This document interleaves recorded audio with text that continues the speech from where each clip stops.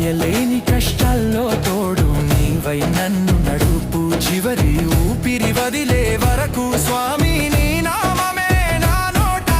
కొండలు ఎక్కుతూ దెబ్బలు తగిలిన రాళ్లను తాకుతూ పదములు యుద్ధం చేస్తూ ముందుకు కదిలేను.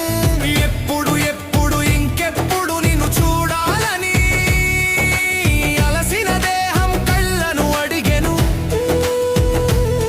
నా హృదయంలోనే స్వామి అయ్యప్ప నీవు నంటూ కలిగెను ఏదో దైవ భావం. భక్తితో నిండిన నా మనసును 18 మెట్లను చెరని త్వరగా స్వామి అయ్యప్ప.